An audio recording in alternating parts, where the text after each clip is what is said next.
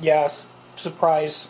It's actually finished, but we'll get to watch the working on it. This is a Silverface 100-watt push-pull volume knob Fender twin reverb. So let's look at the part 2 and see how it got fixed. Okay kids, are you ready? Welcome to our big recapping adventure. Yar matey. Okay, so this is our Fender twin reverb that we're going to be recapacitating because it's going to need it. And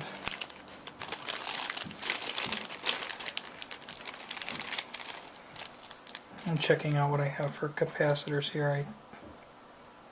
My itty bitty brain tells me that there's something potentially missing. I don't know. I'll figure it out in a minute. Nah, we're fine. I think we're fine. Yeah, we're fine. Okay. Brain drain. Okay, and I kicked the camera. That's good for me. Okay, so we're going to be changing filter caps. These are 20 microfarad, 500 volt. And when you're trying to match up the caps for this, you might not always do perfect. There's going to be something really darn close. In this case, we've got 22 microfarad, 500 volts. So same voltage, slightly higher capacitance. A little more capacitance is going to hurt. And here's what I've decided to do. Underneath these boards, sometimes they take the leads, which on these were extremely long, and they'll turn them and they'll run them underneath, and they'll make these bridge connections and stuff under here. And we've got a lot of wires that are really close and tight here, and who knows, I might end up charring a hole in the wires. So rather than risk charring a big hole in the wires, I've decided to use the J-hooking technique for installing the replacement capacitors. So we're just going to cut our cap out here, our old one. And it really helps if I were at a better angle, but I'm trying to do this for the sake of the camera.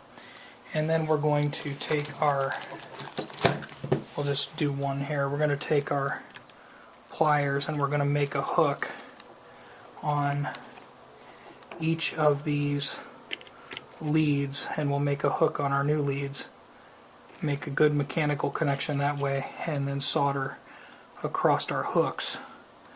That way we've got a good mechanical connection and we don't risk messing up what is down under here. We're not going to char any wires and just make a disaster. So to make some of our other fellow YouTube technicians, which of course you know how YouTube is, we all have followings and fan bases, and some of you guys who are maybe not diehard Dead Kobe fans, but are diehard fans of, oh, I don't know, the Guitologist or Terry at D-Lab or something might, say that, oh, well, I don't know, you could have done better, you should have pulled that out and resoldered it and whatever.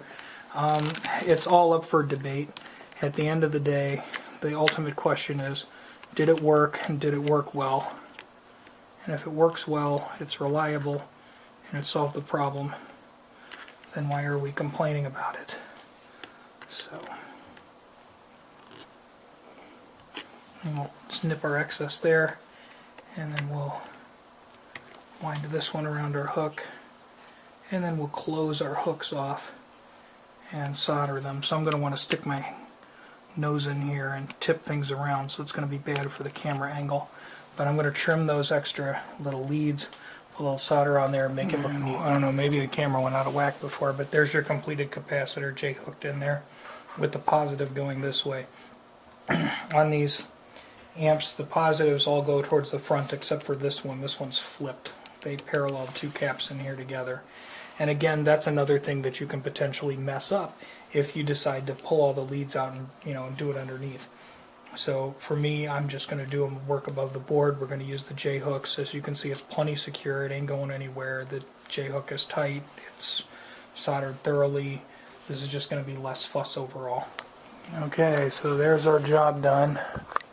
Take a good look there.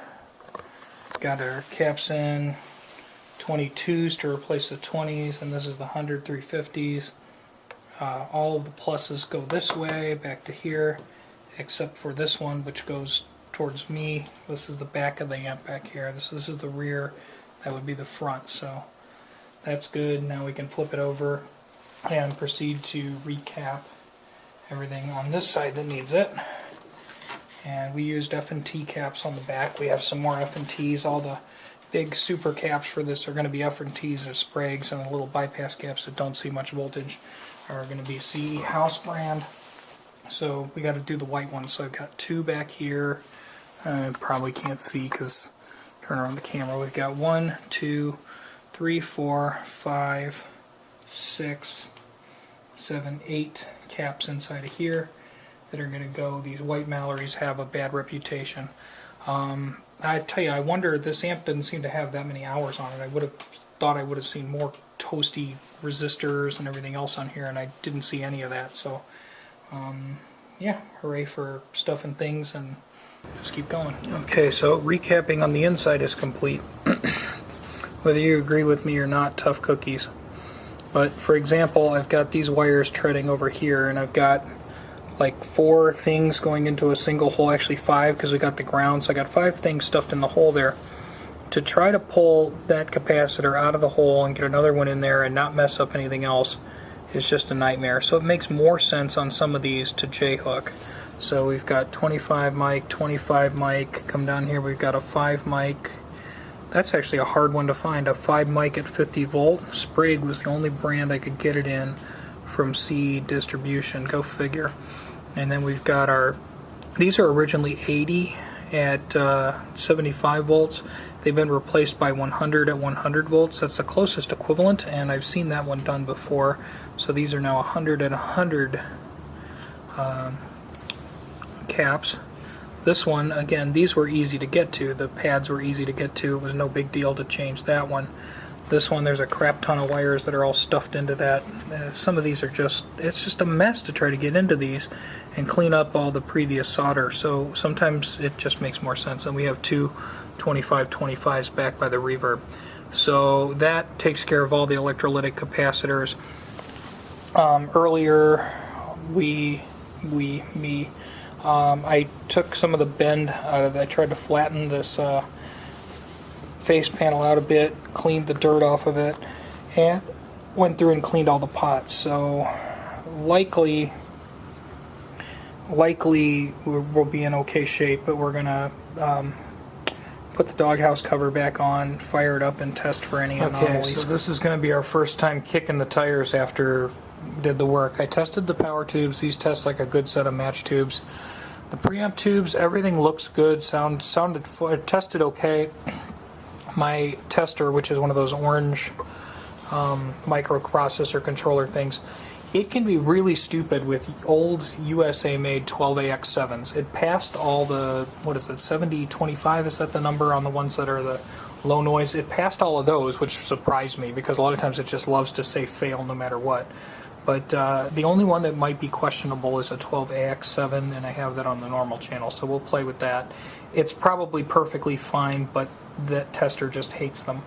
So here we go. We got it on standbys on the off position. Flip. There we go. See if we get any explosions. No, I just have a light. Our filaments are glowing. Hooray. I have the sacrificial speaker plugged in down underneath. So hopefully when we take this off of standby it doesn't start making horrible humming noises and we don't have a big giant explosion.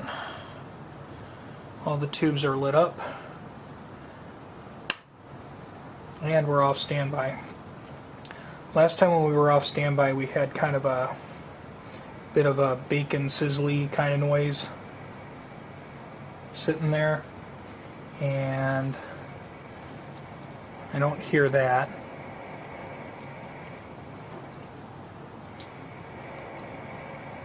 When I really crank the volume I hear whoosh, which is okay. A little bit of a whoosh is kind of normal.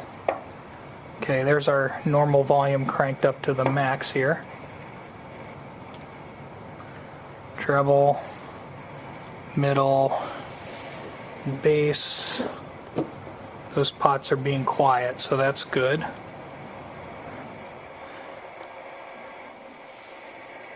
We got a little bit of a whoosh here coming out of this puppy. When the master volume is really cranked up, I'm getting a little bit of noise.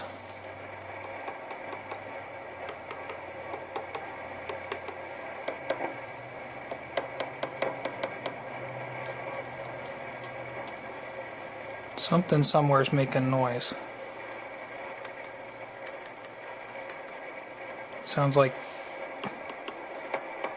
it's this one.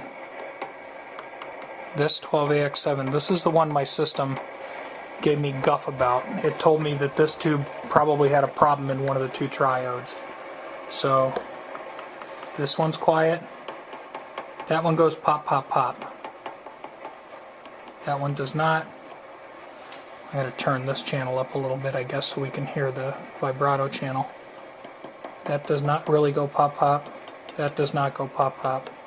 That does not go pop, pop. So let's try to turn the tone stack on the normal channel down to 0 here. And turn that volume down. We'll see if...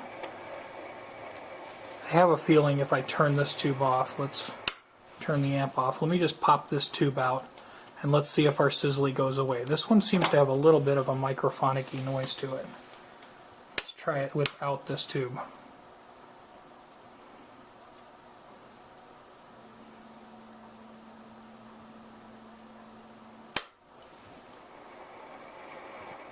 Now we still have a little bit.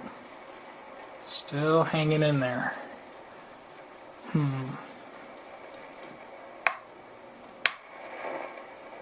That could be noise picked up from the reverb circuit too, because I don't have that on. Or it could be a crunchy resistor. Could be a lot of things.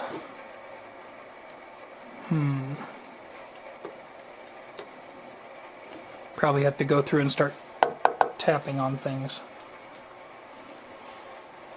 Let's see. Can we find it? Obviously not there. I really don't want to be putting these in and out. The other one that could be causing that would be something like a phase inverter tube. Yeah. You're off. I know. You're just discharging and getting mad at me. Let's check our 12AT7s. Our phase inverter tubes. These can get whooshy and noisy too. So that's the reverb driver. We'll leave that one alone. Although, you know what? Man, for preamp tubes, a couple of these are getting hotter than Hades. Let's try this one. The RCA logo on these is normally orange. This one looks kind of gray, like this tube might have been flaming itself out. Let's see if that helps with the noise.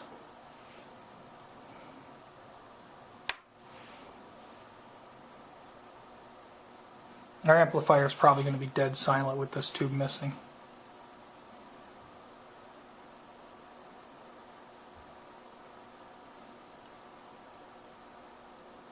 And yes, it is, which is kind of what I expected.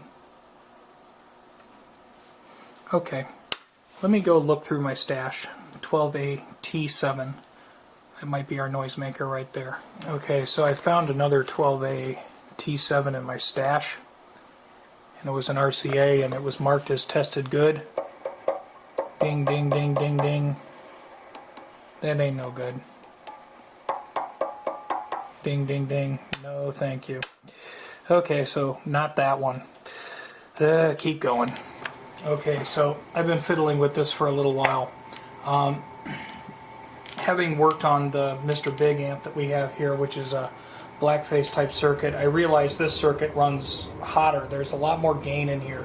So I'm realizing how freaking loud this thing is, and I'm trying to get the noise floor down to 0. The amp is so loud. There's going to be a little bit of a noise floor because I've got the thing cranked up. But you know, the noise floor on this amplifier for the volume that I'm playing it at and what I've got it at is completely reasonable. You know, so I think we're going to be fine. I can't really find anything wrong with it. I've sort of chopsticked through it, poked around, see if there's any pops or rattles or anything like that. And the answer to that is no. The replaced 12AT7 is quieter than the one that came out of it, so I'm happy with that. The reverb works. I need the pedal to check the vibrato, but I'll do that. The cabinet has been cleaned up, so it's probably just time to reassemble it and take a look at it. Okay, so I was going kind of bananas trying to nail down this noise threshold, And it turns out this amp is just louder than loud. If you put the master volume at 3 or 4 and you put the main volume on your channel at 3 or 4 and you're plugged into input 1, it's ready to blow your face off. So at what I would consider even a loud listening volume, it's really quiet. So it's only when you completely and totally dime this thing out that you can really start to hear hissy and whooshy and things. But by that point, it's unbearably loud. So I think we're in really good shape.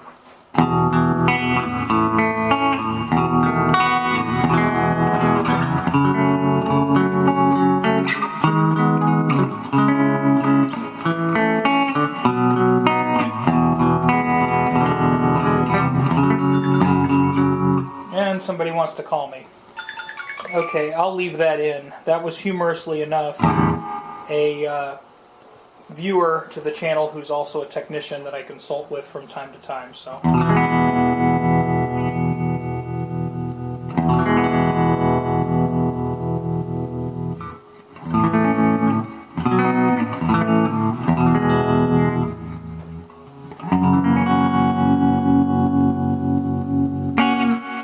it's nice and pretty.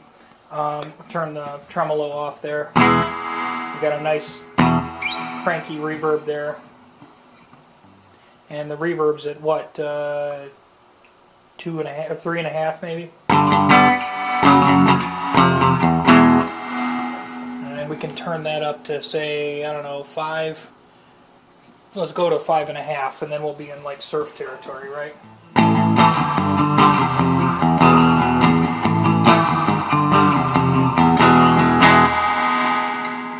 So that works good. Of course, you recall before when we turned any of the knobs, like, you know, volume or treble or middle or bass or anything, you know, I think it was, what was it, the middle one? This one made horrible crackling noises, and of course it doesn't do that anymore. So that's great. Everything's quiet. We still have, you know, our bright switch is quiet. This pull for master volume thing, it sounds to me like it's a brightener. It like makes the tone brighter. I think they said it was boost. Hell if I know. But anyway, I think this turned out really good. It's loud, it's clean, it's happy, it sounds like a Fender, and these Altec speakers do a great job.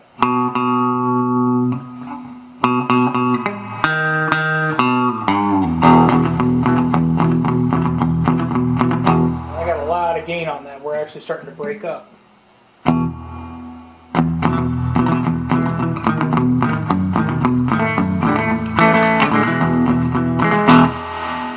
that's probably still too much reverb for any kind of realistic playing, because your reverb is going to follow what your gain is, so we're driving that tank a little hard.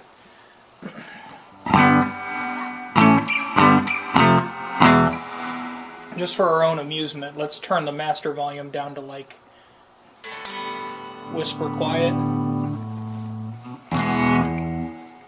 And let's turn our gain to the gills. And see, on this one now we can get a bit of a crunch tone here. So let's see what that sounds like. Well, it's got a lot of bass, I can tell you that much, for starters. Let's turn the bass down a bit. And turn up a little bit of the treble and see what we got. Oh yeah. It's probably still too loud for the microphone on the camera. Oh yeah. So, I'll bring a little bit more bass back in. There you go.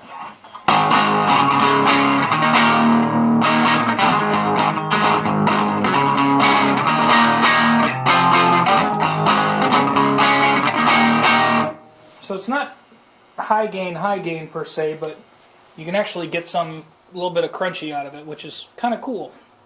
So, you know, this is my first time playing it. Obviously, I don't know it inside and out, but I can tell you what, it is loud, loud, loud, loud, loud, and that's a good thing.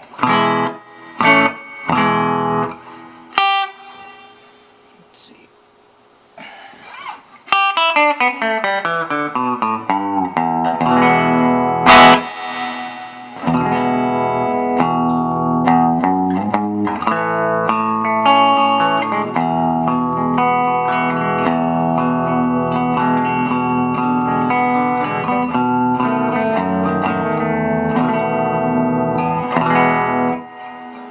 this can go on forever, but essentially we're just trying to make sure everything's fixed. Let's check our quote-unquote normal channel. Is anything normal around me?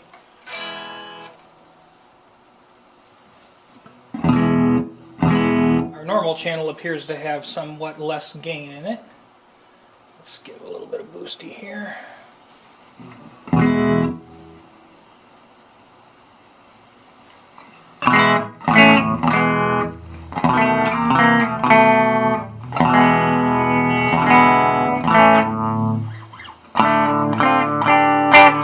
Yep, works just fine. So I think we're good. Bright switch. No bright switch. It's the only thing I forgot to check over here. Let's see, bright switch. Check that. Yep, that works too. So it looks like everything's working fine. We'll see if we can tell the difference when we pull this out or not.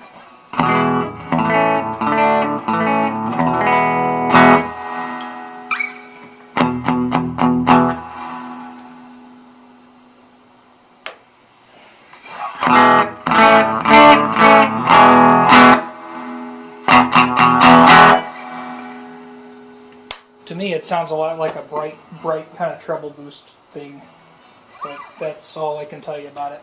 So anyway, there you go, Fender Silverface 100-watt master volume amplifier, and it's fixed, and it's got a cover, and I got all the dirt off of it. I mean, when I clean something, I clean it, and I kick the camera too. But I think when you first saw it, there was probably like a nice dingy stain down the front. As you can tell, that's gone. Anything that was living inside the amp is now cleared. The caster wheels are removed, but they're pop in, pop out, so we can easily pop them back on for you to make it easier to move it around. The cover's been cleaned, so we're going to get this ready to sell. It shouldn't be more than a couple days, and this will end up on Reverb. I will make an announcement that Peavy's going on Reverb too, and we got one more Fender amp to tackle. Thanks for watching.